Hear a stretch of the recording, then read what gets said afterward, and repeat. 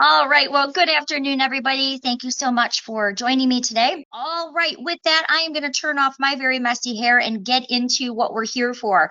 Some really quick tips in searching in Paragon. A little bit about myself. I've been an agent for 23 years. Gosh, I feel really old when I say it that way. But I'm going to show you some things that I never learned and I wish I had. And that's kind of, I wrote this class on all the things I wish I knew when I started using the MLS. Like, oh my gosh, I didn't know you could do that. So when we're in a hurry to find listings or let's say use the collab center or things like that, we don't have time to, figure out all the shortcuts. So that's really what this class was designed for, to give you all the shortcuts in one little session. And again, they'll be recorded so you can always go back to them. All right, so let's go ahead and get started. I'm going to turn off my messy hair so you can see what you're here for. The first quick tip that I want to give you is that there are really just several different ways to search in Paragon itself. When you're looking at my screen, it may look slightly different than yours. So let me kind of just give you the nuts and bolts of what you're looking at right here. So where I am and with my real source, we allow the brokers to actually control this center section. So we can put, helpful videos or other, if you have a back end software, you can tie that in. And basically, brokers can actually put what they want in this midsection. If you are with another board on our call today, don't worry. You're probably just seeing the MLS page in the middle for your MLS or your board. Everything else that I'm going to show you today is going to be exactly the same. Here's your first quick tip. For me, I have a little OCD. I like things in a logical order. And the first thing I noticed when I started using Paragon, and I'll just show you what yours probably looks like out of the box, right? My quick search was over here on the left. Paragon News. Don't get me wrong. I love Paragon, but do I really need the newsletter at the top, or would I want my contacts and my searches? And did my showing get confirmed, or did my new listing get any showing? I want all that front and center on my dashboard, and that's really the key. So what I would recommend is find the layout of your dashboard that works the best. So for me, I am right-handed and I like to be able to, right on the right side of my screen, I like to have my quick search handy there. Up here, I like to have my market monitor at the top. Maybe you don't want your market monitor at the top. Maybe you want showing time at the top. All you have to do is grab the top of this gray bar here and drag and drop it into the position that you want. If I want to see, did my new listing get any confirmed showings? Maybe I asked for some showing appointments and I'm waiting to see if those are confirmed. That's the stuff I want front and center when I'm logging into the MLS. All right, so you want to move that around. I'm going to give you some more helpful tips with that too. The other thing I want to point out is if you are looking for one property fast, and I don't know about you, I get a little confused when people are calling me and they're finding stuff faster on Zillow or Realtor.com. That frustrates me as an agent. I want to be able to find those properties faster and give them more information than the consumer can get on their own. And for the first time we can, I'm going to show you how to enter 10, 15 addresses, maybe that a consumer sent you from maybe an IDX site like Zillow or Realtor.com, or maybe finding, several that they just emailed to you. You want to put them into one field. Hit enter and pull up all those search results, easy and quick. And so I'm going to show you how to do that today. Well, we're going to use some role playing. We're going to say that Maria, who's on our call, she just got a call and the buyer is sitting in front of a home at 41539 Wessel Drive. I want to be able to just go up to that quick search, which is kind of hidden here at the top. I want to be able to type in a single address and find exactly what I'm looking for. I didn't have to put a lot of information like the city or the year built or I just want to be able to find the house he's sitting in front of. And that's really what the quick search is for. I type in 41539 Wessel and think of it kind of like Google. The less information you're putting in, the quicker the results are going to be. So whether it's Wessel Drive, Wessel Court, Wessel Way, leave off those things. Leave off the ways, the court, the boulevards, the drives, because it's kind of like less is best. And I can see that this property has actually closed 3 times. If I was looking for a specific, by the way, if this was active, the active would always be up at the top. So I would be able to select that one quickly by going right to the top of the list and pulling that listing open. However, if I was looking for a comp for 41539 Wessel and I wanted to see each of these records, I could simply go to listings 3 right here, pull open all 3 of those records. You'll see the one here in red was listed by me. Usually if you see properties in red, that means that you listed them. And if I now want to just go into these properties and take a look, I can simply click on it and I can jump to the next record if this wasn't the one I was looking for, but you get the general idea. All right, so very quick and easy ways. This power search at the top allows you to find it fast, especially if you are looking for one property, or you could even put an MLS number. Let's say somebody called Maria and said, you know, the MLS is 313978. She could just type that in and bring up that property. You can also find contact records for agents. So let's say, for example, I ran into Maria. She was telling me about a great new listing that she just listed. She does a lot of waterfront. I know it's exactly what my buyers are looking for, and I want to send her over an offer. I could simply type in Maria's name. Actually, I'll just use mine just because I got them all saved here. I could type in Maria's name or my name. And you can see right here at the bottom, I can click on that contact information and quickly pull up the information for Maria to send her an offer, or I could even see other listings that Maria has. So it allows you to do a lot with that power search. You can find an agent, you can find an MLS number, you can also find an address very quickly. Now, we've done something very unique when it comes to listings. We have actually integrated these listings, and you'll see as you go through these listings, there are these quick action links on each listing. If it was an active listing, of course, you could show the property. There's a showing time link. But the one I kind of want to draw your attention to, since we're right here, is, and I apologize, kind of looks like a garbage can. It's supposed to be a government pillar. I apologize, Brian, our tech guy here, when he shrunk the pillar onto the button, it made it, I think, look like a little more like a garbage can. But I assure you, it's actually a government pillar. And what this does is, instead of having to leave this, if I'm preparing for a listing and I want to go in and get the BSNA record and the tax information from Realist, I don't want to have to log out of the MLS, log into BSNA. Now I have to go in and put the municipality in. I have to wait for that to load. Then I have to put a property address in. It can be very cumbersome, right? And it can also take a while. And many of the municipalities actually charge at least $3 for the property record. Not to date myself, but gosh, I remember when we used to go by what they call the field sheet, and it would be, $2. They'd make a copy of it, and they were open like 2 days a week from 2 to 4. There are some municipalities that are still like that, believe it or not. But this made it a lot easier because this allowed me to get everything online. So what we've done that's different than other MLSs is we actually use the live BSNA server. And what that means is, if you, let's say Maria gets up in the morning, she's got some clients who forgot to pay their taxes, and they're getting ready to go to closing, but it hasn't been paid. Those clients could actually go down to the municipality. They could pay them. When the assessor marks paid, you're going to see it by clicking on that link, because it's the live BSNA server, not a feed. Many MLSs around the state, I think we're the only ones, as a matter of fact, that actually use the live BSNA link. And so there's true value to that, especially if you have a situation like that where it could cause you not to close or not be able to close. That can actually be rectified, and you and your title company can actually quickly see that. right from the BSNA link.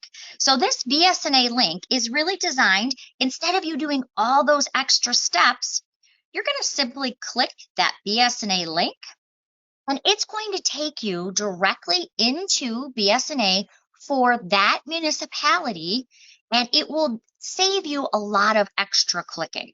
So that link, just kind of show you, is going to take you right into the city of Sterling Heights here. It's giving me all the information, and if there is a fee and you are searching in Genesee County, St. Clair County, Macomb County, or any of the 5 gross points, we actually pay that fee on your behalf. So let me kind of clarify. As long as you are using, let me show you where again, as long as you are using that, what I consider kind of a garbage can icon here, and you're going in through that quick link, when it automatically takes you into the BSNA record, it's actually sending us that $3 bill on your behalf. And it's a way that we can give back to our members by allowing them to get all the property information they need in those counties. And again, the gross points. So it's Genesee, Macomb, St. Clair, and all of the gross points. If you click on that and there is a $3 fee associated for that municipality, it sends us the bill instead of you. So it's just a really great way that we could give back to our members. One of the things I do recommend, especially if you're adding this to your CMAs, once you go in here, you may want to, this is a public record photo, you may want to use the photo maybe for the front cover of your CMA. You can print this. Many of the municipalities now include not only taxes, but unpaid water bills. Many of them have assessments. So it's a really great way to start maybe preparing for an upcoming listing. All right, so that is your first tip, using the power search. And then once you find those properties, if you were getting ready to take this as a listing, use that BSNA link, which will take you directly into that municipality, and it will even save you a few dollars in the long run. And I know it's only $3, but you know what? Those $3 all add up at the end of the year, right? The other thing that you see here for taxes is the little red button, and it will say Realist. When you click on that Realist button, what it does is it does the exact same thing BSNA does, but it gives you the Realist report. Now, a lot of people say, well, Colleen, if you have the municipality one, why do you want this one? Well, it is true that the municipality one is the most important. If you were ever in a legal situation, the BSNA report is really what the judge is going to look at, because it's the actual city or municipality record. Realist does something that I like as well. So I do both. Realist is a combined source. It pulls from the MLS, it pulls from the municipality, and it will quickly point out if there's a difference. Let me kind of give you a case in point. I like to kind of use some examples. I recently listed a home in Sterling Heights, and they had lived there quite a while. And the municipality record said it was a 1-story home, little brick ranch. Unfortunately, the MLS record said it was 2 stories. And I thought, well, that's kind of odd. I mean, why would they be different, right? So I pulled up in front of the property, and it was clearly 2 stories. And so I'm trying to figure out, well, why would that be different? Why would it say that? Well, it turns out that this gentleman owned a dormer company, and he built this second story. It was like a partial second story on the home, but he never pulled a permit of any kind. So these are at least things you get to ask, right? When you're seeing these differences, one says it has, a 1 bathroom, one says it has 3. These are all things that at least it kind of flags you to ask. The other thing that I really like, though, is that at the bottom, I can see who owned the property, when it was conveyed, and many times you'll see it will say that it has been refied, or if it was sale. All of that is actually listed on here. So when I'm preparing for a listing, if I see that on this listing they just recently refied and they only bought it a year ago, well, they may very well, especially in this market, they may be upside down selling at this point. We're never sure. So, but it would at least allow me to be looking for that. So one of the questions was, is it homesteaded and will you see that? Usually you'll see it on both, but you will always see it on the BS&A record. So yes, it is on the BS&A record. Most of the time Realist has it as well. But for sure it is on the BS&A record. It will tell you whether the taxes are homesteaded, and it will say usually 100% on it. And again, you're going to find the BS&A record by clicking on that a garbage can icon, if you will. That'll take you into that BS&A record, and you will see, and usually it'll be under the tax area, and it will say tax 100% or homesteaded. But very good question. Thank you for bringing that up. And by the way, there is a tax tab that you would want to look at. So you just click into that tax tab, and that's where you're going to find all of that information. And usually it'll have when they paid their taxes. You can go into even more detail. And both of them basically have it. You'll have the owner and taxpayer information. You can kind of jump through here. But yes, I like to check both of them. It'll also give you the SEV and the assessed value. I like to pull both of these records into my CMAs, but you definitely want to have the BS&A for sure. So really good question. Okay, so we kind of covered the power search up here at the top, but what about if you just got a call and let's say they're looking for a 2-bedroom home, maybe it's just a floor call, 2-bedroom home in Sterling Heights, this is their price range. That's really when I would go to the quick search, because I'm on the phone with them, so I'm not putting in like a whole detailed search like I would do if I'm setting them up in the collab center. We're going to talk a little bit about the collab center today, but this is a great way where I can literally just tab through. So maybe they're looking for a 3 to 4, and you can see I'm literally just tabbing to the next field. Maybe they're if they're a buyer, we're looking for actives, right? And I'm going to start typing out Sterling Heights. And you can do multiple cities. So maybe they're looking for Sterling Heights and Clinton Township. Just going to plug those in here. And obviously, when I hit search, it's only going to give me those search results in that area that I specified. There's also a map if you wanted to be more exact, but this is really for finding things quick. But let me show you one of my favorite fields, and this is something we built custom here at My Real Source, and really it came about because many of us on the tech staff or instructor staff, we're also agents, and we complain like crazy, and that's how we get fields like the one I'm going to show you. So many of us came to Brian for about 3 years nagging and saying, you know, there has to be a way that when somebody calls me and they found 9 houses on Zillow, I can find those houses equally, easily, and quickly with one field. And then, then Brian, who is an amazing tech guy, very smart, but he's never sold a house in his life. So that's when the tech side, right, has to meet up with the way we really work and what our workflow is. So he said, well, Colleen, that's great. How do you think we're going to do that? I'm like, I want to be able to have a field.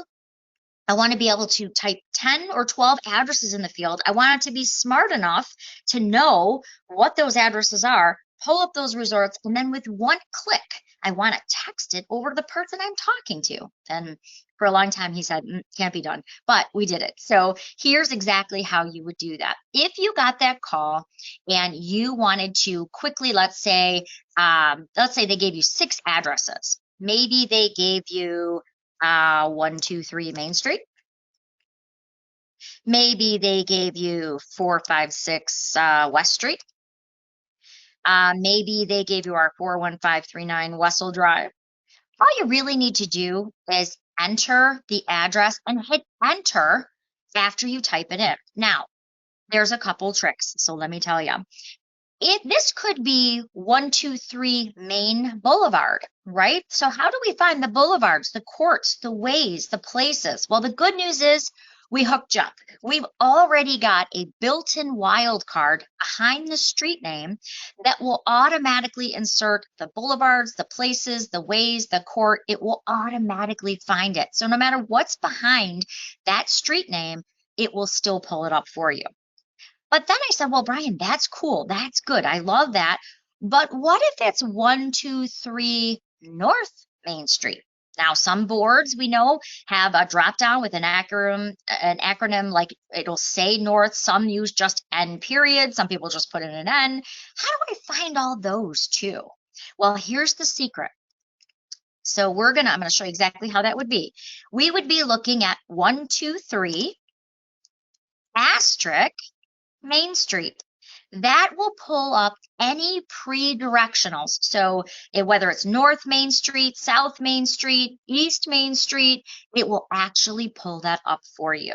And so the idea is you can enter up to 30 addresses in this one field. Now, when I talk to a lot of people, especially if you've been doing this a while, they always say, well, I don't want that one field. Where is that? Well, the good news is you can add in any field to be part of your quick search. But the one we're discussing today is called full addresses.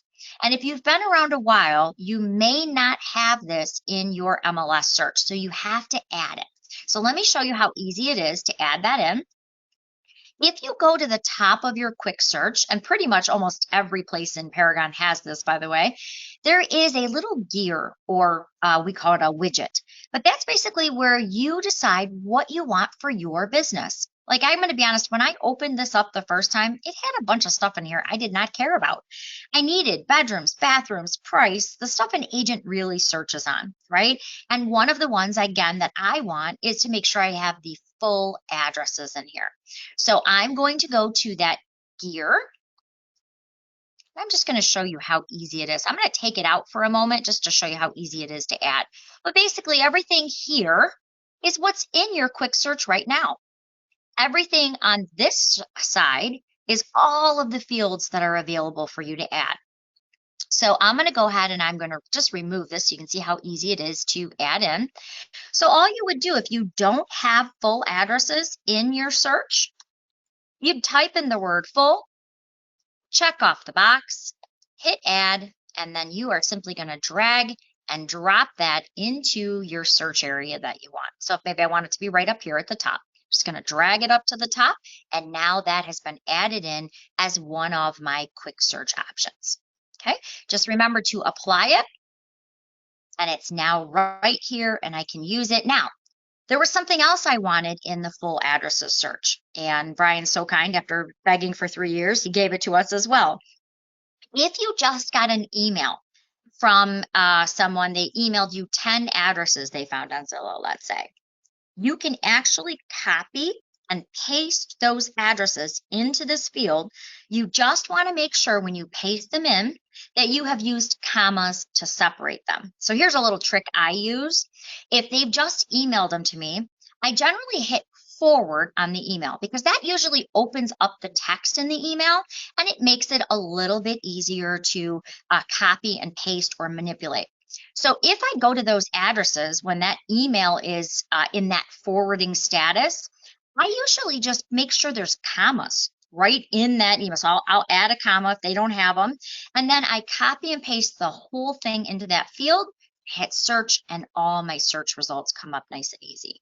All right. So those are a couple quick tips. Hopefully you're picking up one or two little things that make searching easier. Okay, where is Realist? Realist can be found two places. Again, it can be found actually on the listing itself. So let me go back to the one I just showed you on 41539 Wessel. All good questions. I love it. Keep the questions coming. All right, so I'm going to just grab this one here. So here is our listing. Realist is this red dot. And then BSNA is, again, the trash can looking one. So hopefully that helps. Hopefully that answers your question. All right, so we've talked about a couple things pretty fast here. One is Power Search, great for finding one address, one MLS number, or an agent information. Searches, you're on the phone, you just need some fast results, or maybe you got an email and you just want to copy and paste those addresses that they sent you. That's a great example of a quick search. But for me, I'm going to tell you when I'm working with a buyer, and I have been so lucky because most of the agents that I have had transactions with have been really great to work with. There's been a couple that, maybe I wouldn't really rush out to do a deal with again, but for the most part, it's usually a good experience. But there are things that you can add to your search results that make it even easier to navigate and easier to find what you're looking for. So let me kind of show you. So I love this market monitor. The market monitor shows you what you have going on, so your info, your listings, listings that may be coming up for expiration, upcoming open houses, things like that. Then there's the market you're watching. What market are you interested in? Are you looking at this city? Maybe you've got 3 or 4 cities you're watching. Not a lot of inventory right now, let's face it. So you don't want to miss anything new that comes on the market. So you can set up the market for where you want to watch, where maybe you have a lot of clients looking to move. That way you don't have to constantly save your searches. You can just open up your screen and see exactly, oh, there's 12 new listings in the market I'm watching. And then, of course, we have your office inventory. This would be new listings or pending listings that you have in your brick and mortar office. But if you have more than one office, you can also connect that to the firm so that I can see all of the listings for all of the branches within my brokerage. So that's kind of what the market monitor is. You can set it so you can see the areas that you want. So again, if I click that widget or that little gear, I'm going to show you a couple quick tips here. So let's say you're looking for single family homes, maybe condos, maybe you're looking in Sterling Heights, maybe you're looking in Clinton Township. You can simply start typing those in, but here's a little trick that no one taught me. And so when I was kind of designing this class, I thought, wow, this would be a great tip to know.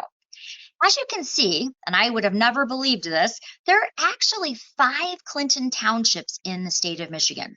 Who knew, right? So how do you know which is the Clinton Township in Macomb County where your buyers want to live? So how do you know which one of those 5 in our big, vast data sharing? Because remember, you have 97% of the state in your data sharing now. So how do you know which is the one in Macomb County? So here's a little tip. When you go down to, we'll just kind of show you county here. When I go into the county field, I can see the identifier for Macomb starts with 50. That means if I am looking for the Clinton Township in Macomb County, I'm going to want the one that starts with 50. But here's a little tip that no one ever taught me, and I thought, oh my gosh, this would be so helpful to know. What if you had, let's say, an investor, and the investor was looking, maybe he's even looking at 2 different counties. Maybe he's looking at Macomb and Oakland County. And he says, you know what, Colleen, I like Macomb, I like Oakland, but there's maybe 3 or 4 cities that I'm not too interested in. Okay, so how would I pull up an entire list of all of the cities in that county to select from? Because let's face it, right now I'd have to get out a map, right? And I'd have to go in, I'd have to find that county, I'd have to see how many cities are within that county. So here's a quick tip that no one ever taught me, and I thought, oh my gosh, this is really cool. If you go to the right of the field, now I'm going to use Macomb County because I just showed you the identifier for it. The first thing we'd want to do is we would want to find all of the areas that basically start with 50. Now, what you can see right here is that there's actually 2 pages. So I'm going to change this so we see everything to make it nice and easy. So here, right here are all 26 cities, it tells me at the bottom, that are going to be in Macomb County. So let's pretend that, again, your investor says, I want everything except maybe my mother-in-law lives in Fraser, don't want to live quite that close. And let's say, Clinton Township's still a little closer. We'll just go ahead and say we want to live in one of those cities except those 2. All I have to do is select them all and deselect the 2 I don't want in my market monitor or that I don't want to set up for that buyer. So it works the same way in searching. But hopefully you got that quick tip that instead of going through and adding all of those extra cities, you could actually add them all and just remove the 1 or 2 maybe that you weren't interested in. So really easy to set your market monitor to the places that you want to see. You can do multiple counties, you can do multiple cities. All you literally need to do is start typing. Or again, don't be afraid to click on that magnifying glass. Let's say, I think Genesee is 23 if I remember. think it's 23. Let's say that you are looking for Genesee. You can put 23, enter, and now I could go in and I could actually check off all of them for Genesee, maybe minus the one or two that they said that they didn't want. So the idea is to just make it very simple to load that information into your market monitor. All right, I don't see any other questions, so I think we're doing good. So that's all well and good, but really 90% of our searches are really full detailed searches, right? They say, Colleen, I am looking for a 3-car garage with a finished basement. Got to have at least 1,000 square feet. And oh, by the way, I want to buy it on a land contract, right? Which in this market would be a little challenging. But if that's the case, you can always set up a detailed search. And to do that, you're simply going to go under the search tab here in Paragon. It decorated mine with the 4th of July. There's all different themes. There's a really funny 80s one, like where ET comes out and flies out onto your screen. There's all different themes that you can choose from. But I'm going to go under search here. This is also where you can search how much inventory you had or sold in the last. You could put in date ranges with a calendar to see how much I sold last year, how much the year before. You can do hot sheets from here to search what's come onto the market or change status. I always get this next question. Okay, if that's the hot sheet, what's an auto hot sheet? The auto hot sheet is simply a hot sheet that remembers when you logged in last time, and it says, okay, let's show you everything from that point forward. You can also access your saved searches from here. You can find, let's say you wanted to see all of the listings a particular agent has or a particular broker has. You can find that under your specialty searches too. But let's start off with just kind of a traditional run-of-the-mill search. So we're going to go to residential. And this is where we're going to set up exactly what our buyer is saying are his haves and wants. So I'm going to say that this particular buyer is looking for a single family home. I've added zip code in. You may not see zip code in your search fields, but remember, those are all things you can add in. Just like we did on that first screen, you can customize the fields and put them in any order you want. Maybe I don't like zip code at the top. Maybe I don't use it quite as much. Maybe I want to move it to the bottom. That gear is going to allow you to make those changes so you can actually move things into the position that you want. So I'm going to say we're looking for a residential home. Not one for lease, but just for sale. And then statuses. So lots of changes over the last year with statuses. So let's actually take a look at those. So you could just type in all actives, right? Which is great. But one of the things that you need to know as an agent, and clients are already seeing this on IDX sites like Zillow and Realtor.com, is there's some statuses that have been added over the years, like coming soon.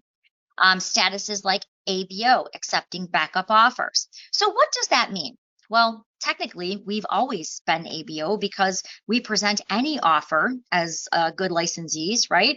So what that means is that really there is a contract that someone has accepted on the home, but they're still keeping it active. They're still going to let you show it, but you might want to let your buyers know, hey, this might not be a house to fall in love with because technically it could close. It's really already been sold, but it's pretending to be inactive, if you will.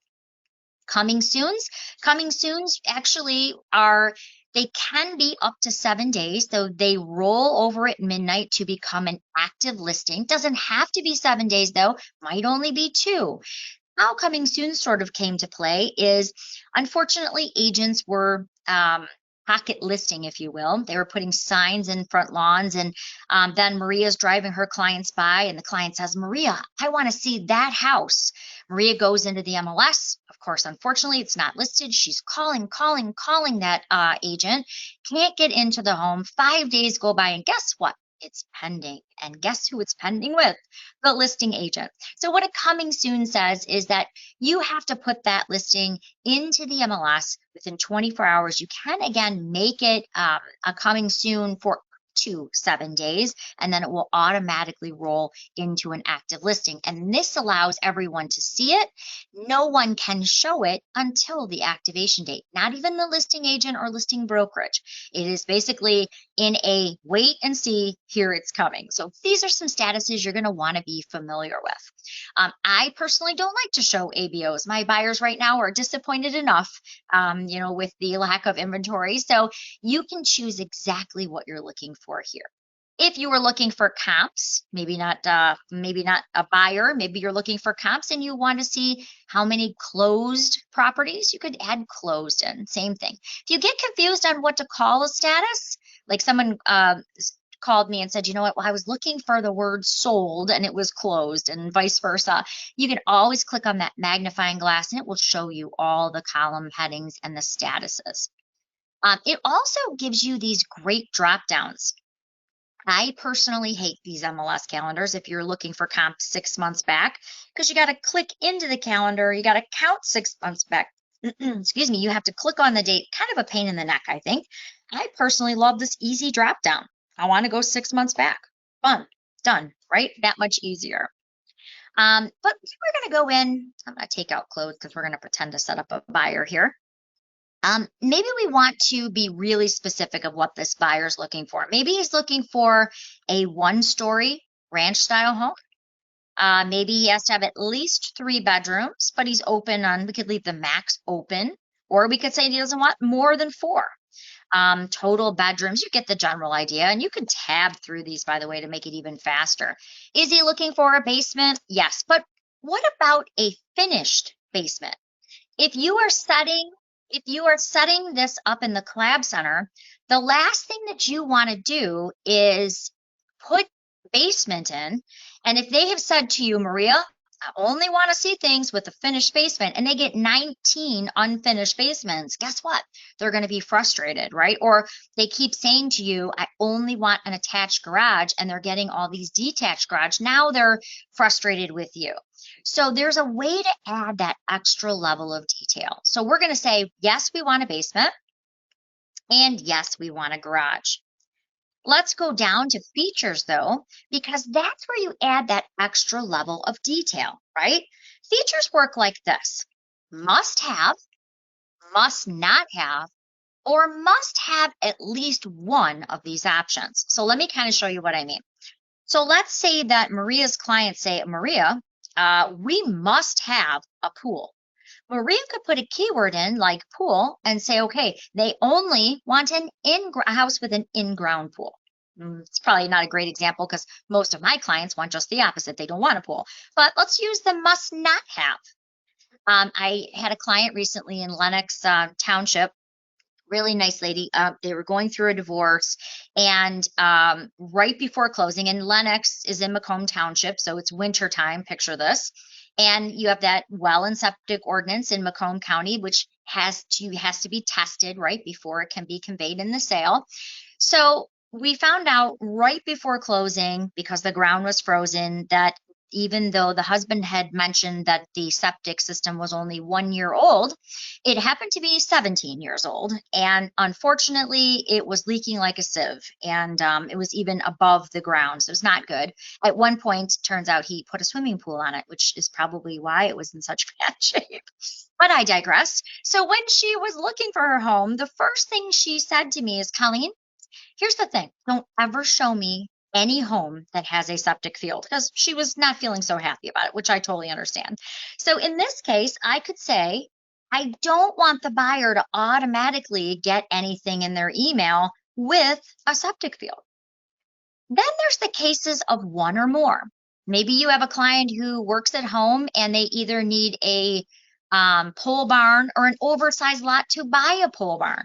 You could start typing those keywords in, and as long as it has at least one of those features, then it would go over to the buyer. Now, let me show you a little quick tip here.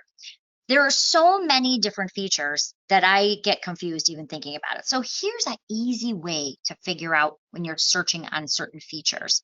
If you simply go to the magnifying glass to the right, it will open up categories of the features. So if Maria is strictly looking for a finished basement, we can say must have finished basement, right? This is going to eliminate, especially if she sets them up in the collab center, this is going to eliminate her giving her clients a bunch of homes that they really didn't want to see because it didn't have a finished basement, right? Attached garage. Let's use that one next. We go to garage type. Must have attached garage. Really easy, right? So we're adding in that extra level of detail. I get a lot of calls on this next one I want to show you, and it is under financial terms. A lot of times I will get calls saying, you know what, I have a client who's only looking for land contracts and they're getting all this stuff and the seller doesn't want to give land contract terms. So under financial terms, you can find land contract. You can find things like HUD financing or FHA 203K financing. You can find that right under the financial terms to kind of tweak it a little bit more. Another one I use quite often is water features. So here's another really good example. Maybe, and Maria, who does a lot of waterfront, this might be one that she probably uses all the time anyway. Maybe the client doesn't care. He has a boat, and Maria just wants to find him a home where he can park his boat at his house. He doesn't care if it's lake frontage or just right on the Clinton River, or maybe river frontage would be fine. A steel seawall would be preferred.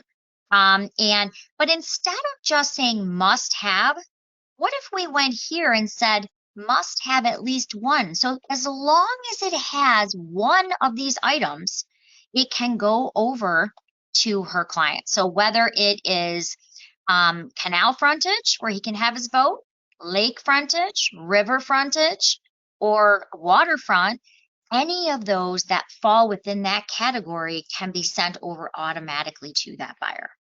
All right, so hopefully that made sense. When you are putting in your search details, remember everything that you're adding in is kind of right over here in this summary, if you will. So if there's something you wanted to remove, you could always just click the X, or if you wanted to edit it, you could do that too. All right, so down here we have our square footage, how many car garage. You could be even more detailed there. But really, what's the biggest thing in real estate? Location, location, location, right? One last thing I want to show you that I did not really like. I think that's why they get nervous when I teach this class. I'll tell you what I like and what I don't like and how you can fix it. When I first started using Paragon, I didn't even know that the secondary criteria down here even existed. I mean, I don't know what the point of that is because, you know, it doesn't even look like you can open it. It's not my favorite, to be honest. But keep in mind, if there's a certain field that you want to add, but you don't want to always have to scroll past, or that you don't use all the time, but you want to have available some of the time, you can actually click this drop down and you can stick that additional field in here. Now, here's why I didn't like that. For me as an agent, guess what? We always use acreage. I always use year built. These are things I need to know all the time. So if you don't see these particular fields, you could move them up here. So let's say I don't want year built way down here. I want it to be one of the, the top features or fields that I use. You can scroll all the way up, click on customize, click on containers, and let's take a look. So let's say in our secondary here, let's just open this up. We're gonna say in our secondary, actually we'll do it this way, make it even easier. We'll go into fields and we will remove it from our secondary. So I'm going to show you. So this is everything in our secondary. All right. That year built is the one we're looking for. So I'm going to say, I don't want year built in my second category where I got to scroll all the way to the bottom to get to it. So I'm going to check it off, hit remove. Now I'm just going to change this to primary. And I'm going to say that's where I want year built. I want it to be right up at the top. Okay. So I check it off, hit add. Of course, it's going to drop it way at the bottom for me. But I'm going to grab that and I'm going to say, you know what? I want year built to be closer to the top. So remember, you can add those things. If you don't like them all the way at the bottom, you can pull them out of that container and put them right up at the top exactly where you want it. Just remember, you want to hit apply and that will save it that way for next time. Okay. So now let's get into location because this is where the true time-saving tips and techniques start to come in, especially if you're looking for comps too. Let's go up to our area field that you see right here. And I'm going to click on that, excuse me, that little magnifying glass. And that, of course, is going to give us all our areas that we could search for. But in this case, maybe they want to live in a very specific area. So yes, I could go in, I could type all the cities that they're looking at, but I'm going to tell you, I have some clients that they kind of prefer a certain area. Let's use Warren. They really kind of like that. We call it the Golden Triangle, right? There's this area in the northern part of Warren that they really, really like, they find desirable. So if I send them, if I put Warren in here and I set this up for the auto prospecting, so it automatically goes to the buyer anytime there's a new listing, and I send them all Southern Warren, they're going to say, Kelly, we specifically said we did not want that. We wanted to live in that triangle area. Well, then there's that frustration, right? So how do you set it up so that you are looking at an exact area? And that is with the mapping. So if I go into search by map,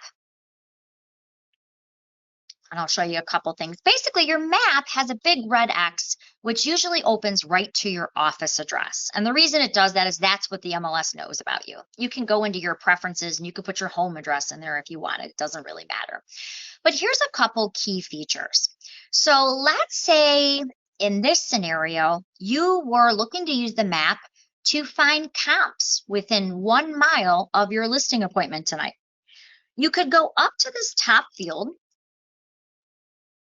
type in an address. Remember, leave off, this is Google Maps, so you want to leave off the ways, the places, the courts, the boulevards. This happens to be Wessel Drive. Leave off the drives. So I'm going to put in the street address of my listing appointment, and I'm going to put in comma the city. Now watch what happens. I'm going to want to do this in 2 steps. I want to basically put in the street address, comma the city, and hit the magnifying glass. That's then going to take me right to that area. So I can see it found it right on the map. Here we go. The next thing I want to do is in this area, an appraiser is going to actually look for comps within 1 mile. So that's what I want to do. I want to put in 1 search radius, and that's exactly what it's going to do for me, right? It is now going in and it's drawing that 1 mile radius. If, let's say that you didn't get any comps, I'm going to go back to our criteria and I'm going to say, kind of clean this up a little bit. I think I added a few extra things. We're going to say, it doesn't have to have a finished basement. It doesn't have to have waterfront. We'll kill off those. Just Sterling Heights, as you know, does not have a lot of waterfront. So I think that should be good. Only 1 active. Can you believe that? That's scaring me right now. Anyway, I'm going to go back into our map. I've got my 1 active. If I didn't come up and if I had done closed, let me add a couple closed in there just so you can kind of see how they're going to look on the map here. And if I was looking for comps, that's what we would be doing. So if I'm on the map and I put closed, I'm actually going to do close 6 months back. And you can see I'm actually bouncing back and forth by using these tabs at the top. So if I've forgotten something, like I got all the way to this step and I realized, darn it, I forgot to check it for sale, and now I got all these leases I didn't want, I can just bounce back to criteria and make that correction. So you're not locked in. Then I'm going to go back to our map. And as you can see now, we've got some closed comps here, not a whole lot of active, as you could see, which is kind of a bummer. But you can see I've got my closed comps. If I want to actually take a close look at that comp, I can simply click on the flag. And don't be worried. A lot of people will say, well, Kelly, what about the numbers that you see right here? Well, that just means that the flags are very close together. And generally, if you zoom in, it will break those flags apart, as you can see. And the closer you get, it's really hard if the flags are right on top of each other when you're looking at them from a distance, comes to be a little more challenging to get to it. But you can actually go through all of the comps by simply just clicking on the arrow. So if there's something that you didn't want, you could go ahead and remove that. So really, really easy. But let me show you a couple other things. Let's pretend we got all the way to this step and we didn't have any comps. but I don't really want to make this 2, or you could do 1.25, you could do 2, you could do 3.25, 3.5, whatever you wanted it to be. But let's say I don't really want to jump. I just want to see, is there maybe one more comp? Maybe I just need one more comp, and I don't want to go too far out. I want to stay as close as possible. Here's a little tip on that. If you hit edit over here, you can actually click on the shape and you can pull it open just a little bit more to see if in fact you grabbed any more comps by going just a little further out. And in fact, we did. We just brought these 2 comps in. And the nice thing is you don't have to put in 2 miles, then you get 100 comps, right? You can kind of just open it a little at a time so that you get the exactly what you're looking for. Hopefully that helps. When you want to close your shape, simply click on it and you're good to go. Let's use that buyer scenario again for a moment, trying to give you all the examples here. So let's pretend that actually we're going to use Maria because she does a ton of waterfront listings. So I'm going to say that Maria just listed these 7 beautiful $1 million waterfront properties. Now this happens to be Clinton River. We're going to pretend it's like Lake St. Clair for our example today. So because those are more along the lines of her listings. So I'm going to pretend that these $7 million listings for Maria, they're on the market. I'm trying to come up with comps for my little brick ranch, which is way off the market, but it falls within that 1 mile. So I don't want to include all her really fancy comps because it's going to royally screw up my numbers, right? So how do I remove that waterfront area? And the answer is you can draw a shape on a shape, exclude something. So let me show you what I mean. So I'm going to click on these drawing tools here, and I'm going to say, although I'm so excited that Maria has these really fancy listings, especially right now since we don't have a lot of listings on the market, but we're going to say I'm going to outline the waterfront here. And although I'm really excited about all these really fancy Lake St. Clair listings, I do not want them included in my number. So I am literally drawing a shape. Now you're probably thinking, lady with the fuzzy hair, didn't you just draw another shape? You didn't really do anything. One more step. I'm going to take it from include to exclude. Once I do that, you're going to see it's going to pull all her fancy waterfront listings out. And now I don't have to bring those in. Now, another reason you would probably use this is, let's use the it's Willow Run subdivision, I think it's the name. In that subdivision, in 1 mile, you will get half of the sub is built in the 1930s. The other half is all new construction.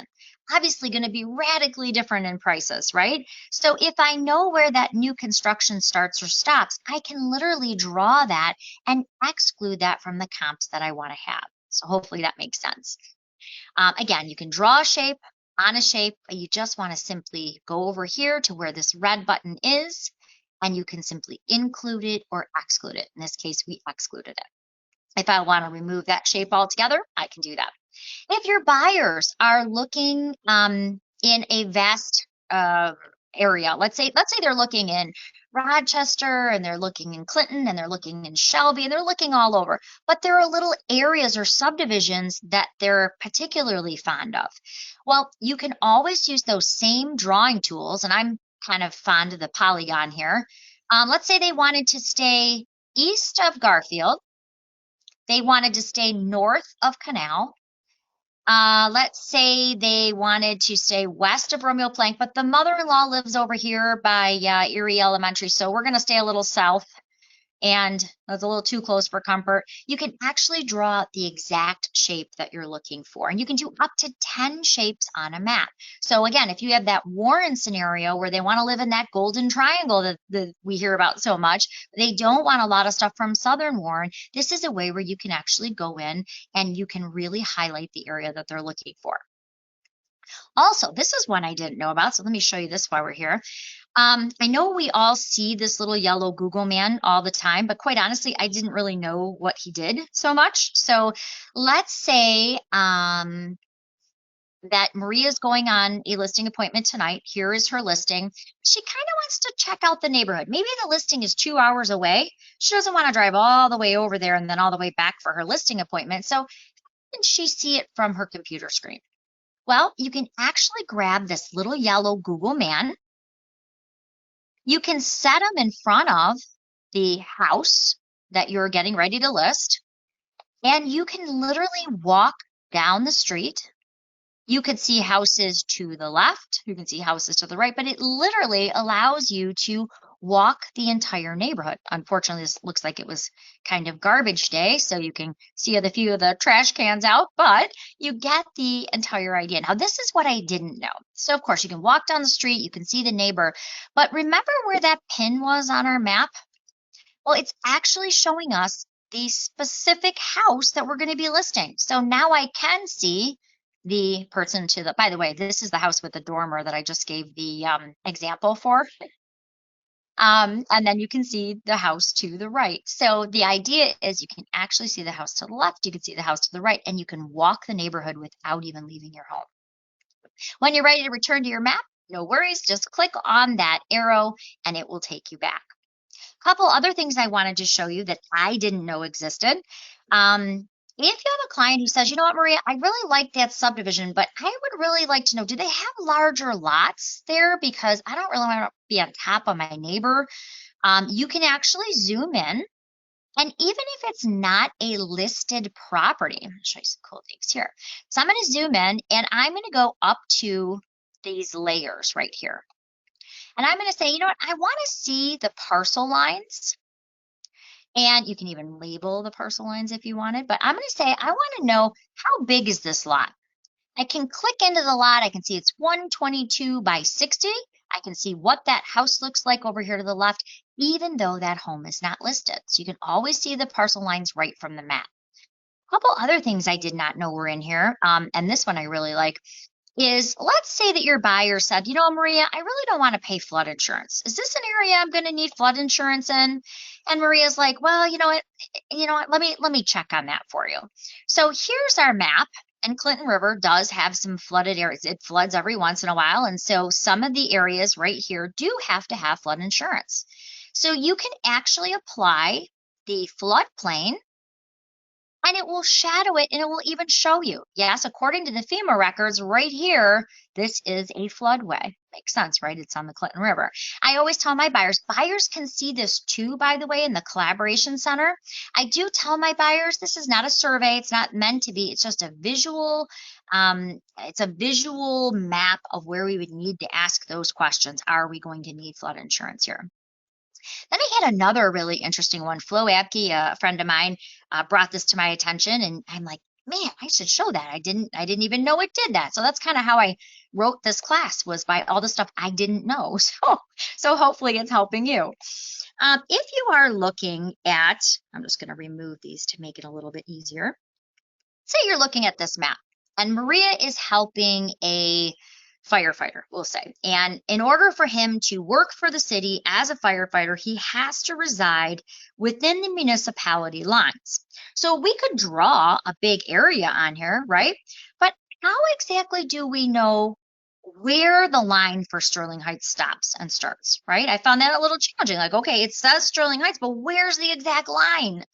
So if that's you and you're working with someone, maybe they do have to reside within the municipality limits, you can go up to this little, where the 3 pieces of paper are, those layers, and you could say, you know what, I want to add the municipalities onto the map, and I want it to be labeled what municipality I'm looking at. So if he's looking at something over here, I can see, oh, actually, that's not going to be part of Sterling Heights. That's not going to work for us. Or I'm looking in Clinton Township, I can see where Mount Clemens actually starts too. And you can zoom in and out with these so that you're making sure that you're seeing exactly where that buyer needs to be. So hopefully I did not know you could do that. So I thought I would pass that along here today. But hopefully you're picking up a couple quick, easy things that you didn't know that will make it a little bit easier when searching. All right, so we've got all of our buyer criteria in here now, everything that they're looking for. So I'm going to take out close since I showed you the examples already. The next thing I want to do, obviously, and I'm just going to put in just do Sterling Heights just to make this nice and easy. The next thing I want to do is I want to set up that buyer in auto prospecting. In this market, it's obviously crucial that if a new listing hits the market and it has these criteria, that it gets to that buyer ASAP. I wrote an offer 2 weeks ago. There were 13 offers. We got unfortunately, they were VA financing. We got beat out by 4 cash offers on that one, and then 9 offers at the end of that week we got beat out by. So it was painful. And what I'm saying is, you don't want to waste any time, right? When the market is crazy like it is, you want to make sure as soon as that hits the market, you're showing it and writing on it. My boss here at the MLS was just telling me, he had someone in his family had lost a couple houses and they wrote sight unseen, 40 grand over, and just got it. So, I mean, it's crazy times out there. You got to be able to act fast, right? So once you've got all your buyer criteria in here, here is the key. We're going to save this and we're going to set up that auto prospecting. So I am going to call this, hope you don't mind I'm using you so much today, Maria, but we're going to call this Maria M's buyer search. Okay. And now we're going to simply marry that search to the buyer. So we're going to call this Bertha Buyer. We're going to pretend Maria's buyer's name, Bertha Buyer. And it's going to be Bertha at mailnavigator.com. Okay. So once I've got the buyers incorrectly, it's a bummer. Okay. Helps if I don't have such fat fingers today. So I'm going to put in Bertha at mailinator.com. So I'm basically marrying the search to the contact, right? So that search now, anytime a new contact comes up, the Collab Center is going to notify that buyer's contact information that I just set up. It's going to send them 27 matches. And by the way, if they're looking in a huge area, you can even set up the time you want your buyer to get those. Maybe your buyer says, just send them to me every Monday morning at 9 a.m. Well, you could actually set that up. So every Monday. Now in this market, I would recommend you just send it to them immediately and do a lot of praying that you get it. So the idea is you set your client up immediately. You can also, maybe you want a weekly report of everything that got sent to your clients. You can do that. You can CC yourself so that you also get these notifications of properties. And then from here, you're just going to send your welcome. That creates what we call the Collaboration Center. So I'm going to send this over to them.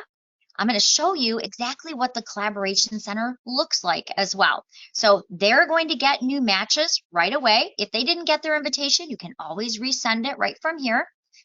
But what I love is, as the agent, here's where it gets really good.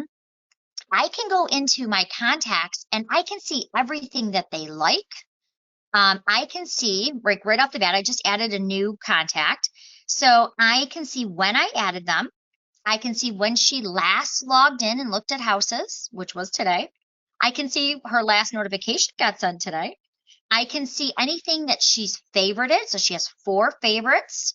I can see, and I can see it just as they're looking at it. So if I go into view right here, I can see the site just as their eyes are seeing it. But I'm going to show you a secret shortcut that is my absolute favorite.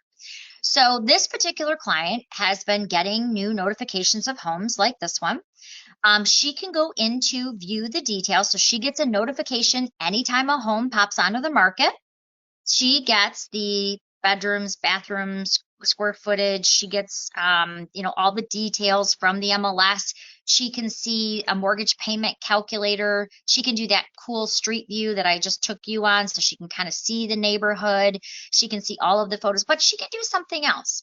She can also favorite this home. That immediately notifies me, the agent. I'm going to unfavorite it so I don't mess her up on her search here, but it immediately notifies me as the agent that she likes this home. She can even tell me the time and date she'd like to see it. Now, this does not schedule an appointment. All it does is send me the notification of the home she would be interested in and the time she'd like to see it. But here's where the magic happens. Because let's face it, in the real life scenario, even if she favorited it and it went right to me, what generally happens is I get the notification, I got to pick up my phone, I then got to call her and I have to say, what time would you like to see it? She inevitably says, hold on, let me check with Mr. Bertha Buyer. And I got to wait for them to call me back to schedule the appointment in a market where everything's moving faster than it should, right? So if you want to eliminate that, tell your clients, hey, I'm going to set you up with the MLS tool that I use as an agent. It's going to be more reliable than those feeds like that you're seeing on Redfin and Zillow and others because it's the actual MLS. And if somebody marks something pending, within 30 seconds, it's actually pending in the site that you are seeing it. Once you go in here, just favorite something. It shoots it right to me. And from there, tell me when you want to see it, and I can immediately schedule those appointments. Now, the reason I'm telling you to do this is because I didn't know this next cool piece existed. So let me show you. Once they favorite a few things, you're of course going to get the notification via email, and I'm going to now see the properties that they favorited. So when I click on this number 4, so she favorited 4 or 5 things here. I can see 4 things. I'm going to actually check that I want to show her these 4 properties. But the last thing I want to do is go grab a map now, right? And go in and try to figure out, well, which one should I schedule first? Which one? And do they have any blackout times? And where should I start the tour? And that would not make a whole lot of sense, right? We want to make this easy. One, maybe I want to text her all these listings. Really simple. Just check them off. Whoop, hit text. And I can add in a contact and immediately text her these listings right away. But I now want to put them into a showing time card. So I'm going to go to this button, this kind of cleverly hidden button, I think, and I'm going to click on Actions. You're going to see a showing time icon. And by the way, little tip, showing time is getting a total revamp. It's coming next month, and let me tell you, you're going to love some of the new features. Very easy to use UI, but you will see some changes. And so you're going to want to take that upcoming showing time class. They are going to keep the old one. You can bounce back and forth. You can test out the new one. If you don't like it, you can bounce back to the old one all the way to the end of the year. But some really cool changes are coming there. So I'm going to click on showing time because what I want to do is I want to create a showing time cart. So let me tell you what this does. Showing time cart works like this. I'm going to pick the day I want to show the buyer these properties. I'm going to put my buyers, excuse me, my buyers, sorry, I'm talking so long, I'm getting a little hoarse. Okay, so I'm going to put my buyer's name in here. Now, I have to be honest, I'm going to caution you here. Showing time has made some changes, and I always used to put my buyer's name in here. I now have started putting in Berry Buyer 1, Berry Buyer 2, and things like that because there has been just some new changes in the way the data gets presented. More on that when the new showing time comes out. But anyway, I would put in the buyer's name because you want to be able to find the tour that you're creating. So I'm going to say, I'm going to make this for Berry Buyer. It drops them in your showing time cart, and it will tell you if an appointment needs to be requested or if it's a nice go and show like we see here where I'm immediately going to get the lockbox. But with gas as high as it still is, this is not the way I would want to drive and the route I would want to choose. So I'm simply going to hit this Smart Route button. It's now going to reorder those listings in a much more appropriate format. So I'm not driving from one end of the city to the other. You could drag and drop these. If you didn't like that order, you can simply drag and drop them into a different order. Let's say you want to start with this one, or you could just reorder them. Let's say I wanted to make this number 2 and this number 1. Maybe you're coming from the other side of town. You can actually change them very easily. If you want them to go, instead of 1, 2, 3, 4, you want them to go 4, 3, 2, 1, you could simply click this address status and it will actually change them for you. But why I like this is if they don't allow overlapping showings or if there's a blackout time, I can see all of them on one page. So I don't have to start and stop and say, oh, geez, I was scheduling this one for 10 a.m. Now I got to move it because there's a blackout time. So all I have to do is pick the time I want to show. So I'm going to say I want to show it tomorrow at 10:15 a.m. Perfect. And then I want to show this one, let's say 10:45 to 11. Perfect. And you can see if there is blackout times. It also shows you right here how long it's going to take to drive from property A to property B. And that way, if there's a 30-minute drive, I've incorporated enough time to make sure that I'm still going to meet my showing window, which now is more important than ever with electronic lock boxes. Some of them only give you a 15-minute window on either side. So it's important to know if I'm going to have a 30-minute drive time that I need to incorporate in my route. Once, and let's say, you know what, let's say that Maria is doing some relocation work and they're coming in and she wants to take them to a restaurant in between property 2 and 3. She can actually click add other stop. She can put the big boy location in here and she can add that right to her driving directions. Maybe she's like me. I seem to attract the kind of crazy buyers, I think. And so I get their tour all set and I get all ready to go. And then I hear the phone ring and they say, "Guess what, Colleen? We found one more listing." And you go, "Oh." So if you do need to add another listing, but you've already created your listing cart, you can actually just add the MLS number in and you can factor that into your tour as well. Once you've got those confirmed, you send them all off. You just hit send request up here, and then you can send turn-by-turn directions right to your buyer's phone. So they're not calling Maria going, "Hey, what house are we seeing first? What house are we seeing next? What house is third?" You can actually send those turn-by-turn directions right to their phone so that they have driving directions and they know which order the houses will be going in. All right. So hopefully that helps when it comes to putting things into a showing time cart. Let me stop and jump over to our questions. Okay. Here's a really good question. And I don't know if I'm saying your name right. I hope I am. I hope it's C. Corrine. Thank you. You've had great questions today. So hopefully I'm keeping up on them. The question was, what is a backup offer and how long is it allowed to stay that way? So again, I just want to go on record. I'm just going to put this out there. I am not a fan at all of the ABO status. I wish we didn't have it. I understand we have to have it because we have data sharing with 97% of the state and other people have it. But I am going to be totally honest. I don't love it because here's why. It technically can be an ABO all the way until closing. There is no time limit. And you have to remember, these are really pending offers. And that's what makes it so challenging because we're out there showing these properties and buyers are falling in love with them. And then they find out, "Oh, wait, it's ABO. I thought it was active, but nope, it's ABO." And there's actually a accepted contract on it. So very, very good question. It's very important that you're familiar with the status, but thank you for the question on ABO. You want to make sure you know what coming soon means. What are the rules? What does ABO mean? And that was a great question. How long can it be an ABO? And again, not a big fan of the ABO status, but it's out there and we do need to explain it to our buyers so that they're aware of what that status means. They do see that on Zillow and Realtor.com and other sites. So it is important that we have that conversation so they don't get their hearts all bent out of shape when they don't, in fact, get the ABO. Okay, so very good question.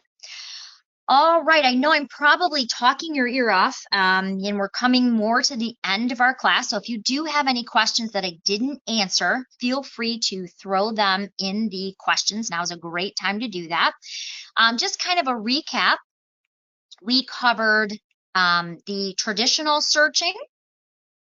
I'm going to show you one more thing here. We covered the traditional searching, which is all the bells and whistles. It's putting in what their haves and wants are and making it very detailed. We covered using the power search, finding one property fast when you're on the phone with a client. We covered quick searching and how we can add that full address in here, and we can find 10 or 11 up to 30 addresses very quickly, even copy and paste now. So big fan of that.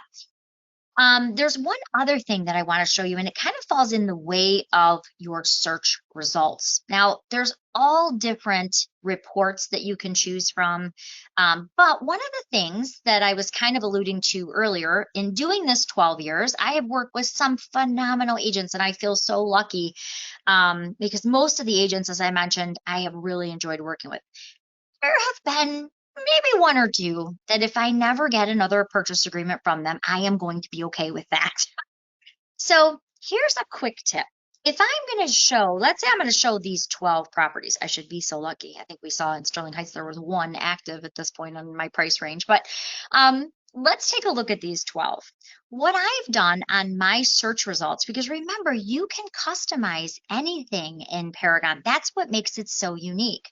But I can quickly go down the line and I can see, oh, I love Chantel Hines. She is just a fabulous agent. I have done deals with her before.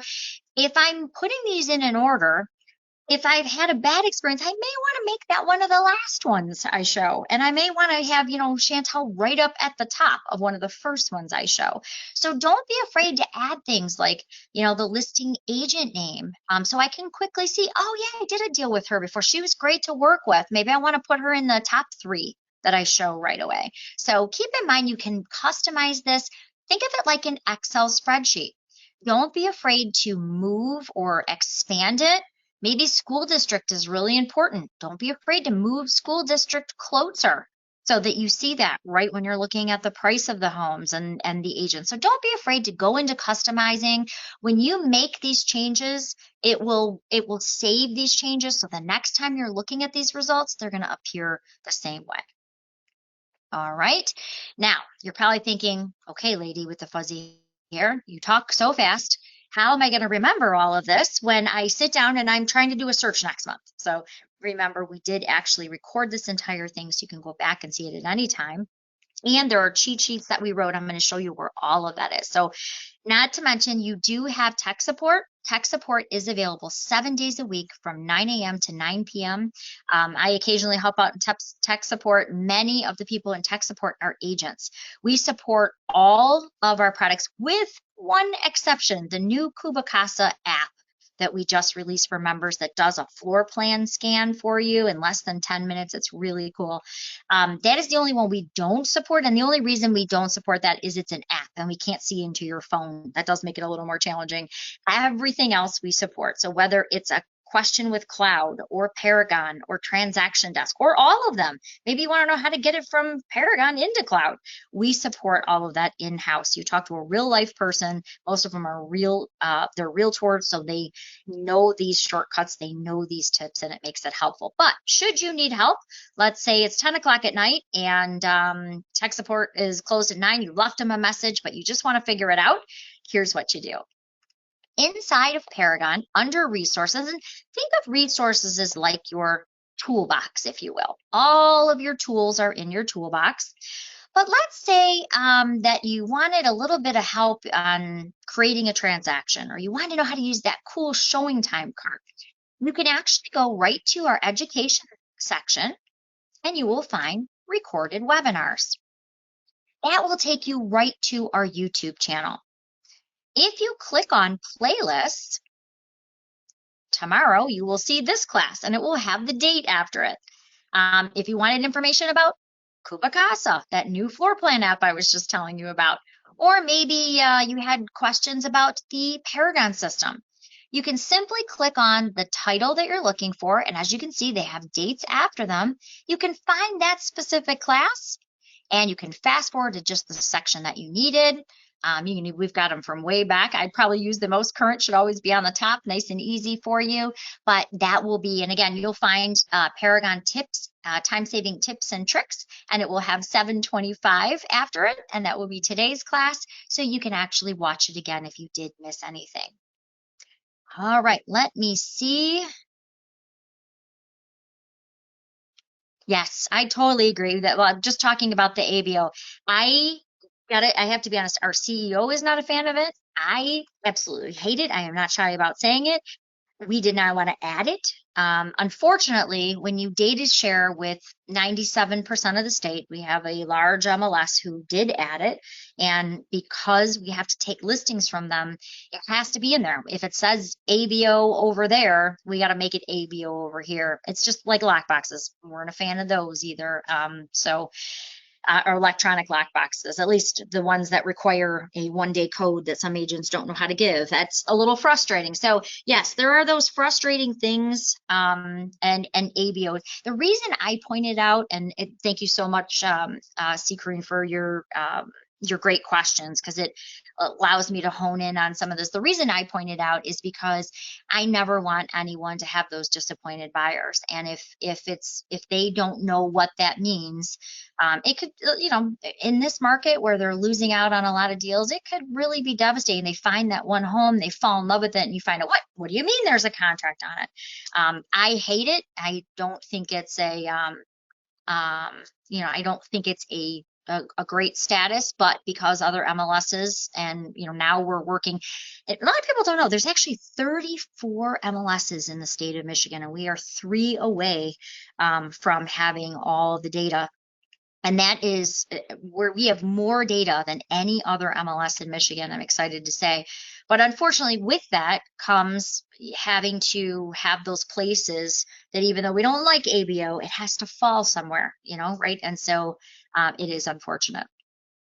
Okay, how long is the central lock code good for? That's a very good question. There's all different types of code. It depends on what type of code that they give you. The central lock code should be giving you a 15-minute time frame on the forward side, just like Master Lock. Master Lock gives you 15 minutes on the forward side and 15 on the back. But it depends on if they gave you the contractor code, if that can have a time limit as well. So it does depend on the type of code. And sometimes, here's what I find. It's not really my fault. Sometimes the wrong code is given by the listing agent because they're not too familiar with them. And that can be frustrating too. But you're more than welcome to call me or tech support for more information on that. I hope this class was helpful. I hope maybe you picked up 1 or 2 good time-saving tips. Again, it was kind of a class that was sort of in my brain because I kept saying, why didn't anybody tell me about that? Why didn't anybody tell me you could see all the cities in the county? Or why didn't anyone tell me you could see a neighborhood right from, when I'm trying to set up a listing appointment? So hopefully you picked up 1 or 2 quick tips that you can use that just make it a little bit easier. Should you have any questions, you're more than welcome to reach out to tech support.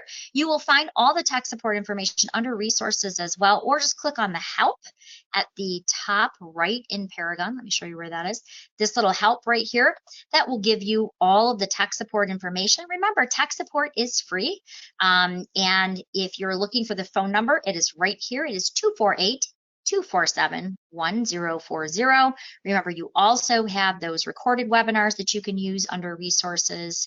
And thanks for your time today. So hopefully you get to get out and enjoy this beautiful weather. It looks like we're going to have a couple nice days, thankfully, without any storms. And happy selling, everybody. Have a great day.